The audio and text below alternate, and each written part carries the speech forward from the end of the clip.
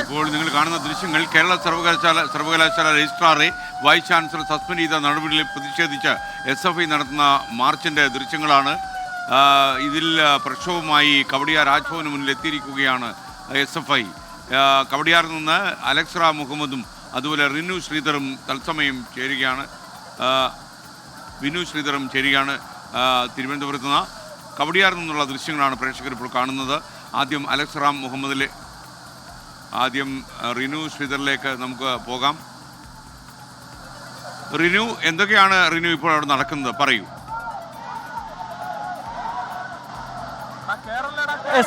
കേരള സർവകലാശാല VC രജിസ്ട്രാറെ suspend ചെയ്ത നടപടിയിൽ പ്രതിഷേധിച്ചാണ് SFI പ്രവർത്തകർ ഈ രാജ്ഭവനിലേക്ക് മാർച്ചുമായി എത്തിയത്.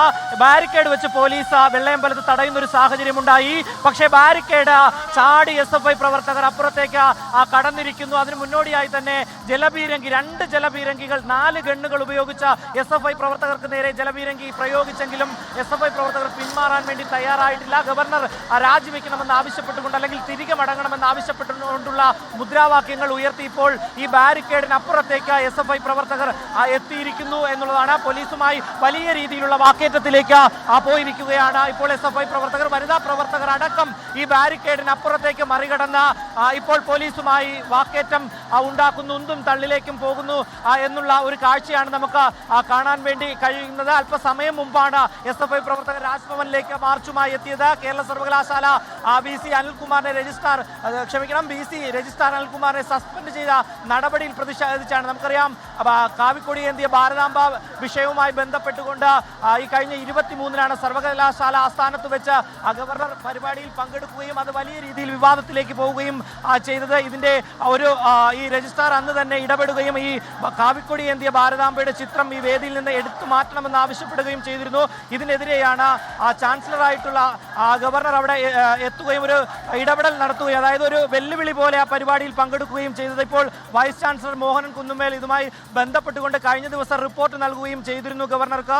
ഈ റിപ്പോർട്ടിൽ തന്നെ രജിസ്ട്രാർക്ക് എതിരായിട്ടുള്ള ഒരു റിപ്പോർട്ടാണ് സമർപ്പിച്ചിരുന്നത്. ആ റിപ്പോർട്ടിന്മേലുള്ള ഒരു നടപടിയാണ് ഇപ്പോൾ എടുത്തിരിക്കുന്നത്. രജിസ്ട്രാർക്കെതിരെ എന്തായാലും വലിയ രീതിയിലുള്ള ഒരു പ്രതിഷേധത്തിലേക്ക് SFI പോയിരിക്കുന്നു. വരും ദിവസങ്ങളിൽ വലിയ രീതിയിലുള്ള ഒരു പ്രതിഷേധം, കാരണം ഇപ്പോൾ ഈ മോഹനൻ കുന്നുമേൽ തന്നെ റഷ്യയിലേക്ക് പോകുന്നതുമായി ബന്ധപ്പെട്ടുകൊണ്ട് കേരള സർവകലാശാലയുടെ ഈ ചുമതല സിസ തോമസിന് നൽകുകയും ചെയ്തു. നമുക്കറിയാം, സിസ തോമസുമായി സംസ്ഥാന സർക്കാരും SFIയും നേരത്തെ തന്നെ വലിയ രീതിയിലുള്ള വാക്കേറ്റത്തിലേക്ക് പോകുകയും തടയുന്ന സാഹചര്യം അടക്കമുണ്ടാവുകയും ചെയ്തിട്ടുണ്ട്. ഇനി സിസ തോമസ് സർവകലാശാലയിലേക്ക് എത്തുകയാണെങ്കിൽ SFI വലിയ രീതിയിൽ തടയും എന്നുള്ളത് തന്നെയാണ് അറിയിച്ചിട്ടുള്ളത്.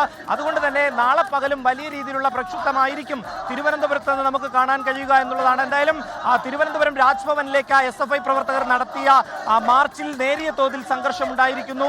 ബാരിക്കേഡ് വെച്ച പോലീസ് വെള്ളയമ്പലത്ത് വെച്ച് തന്നെ ഈ SFI പ്രവർത്തകരെ തടയുന്ന ഒരു സാഹചര്യം. പക്ഷേ ഗവർണർ ഗോ ബാക്ക് എന്ന മുദ്രാവാക്യം ഉയർത്തിക്കൊണ്ട് ഈ പ്രവർത്തകർ ബാരിക്കേഡ് കടന്ന് അപ്പുറത്തേക്ക് പോയിരിക്കുന്നു.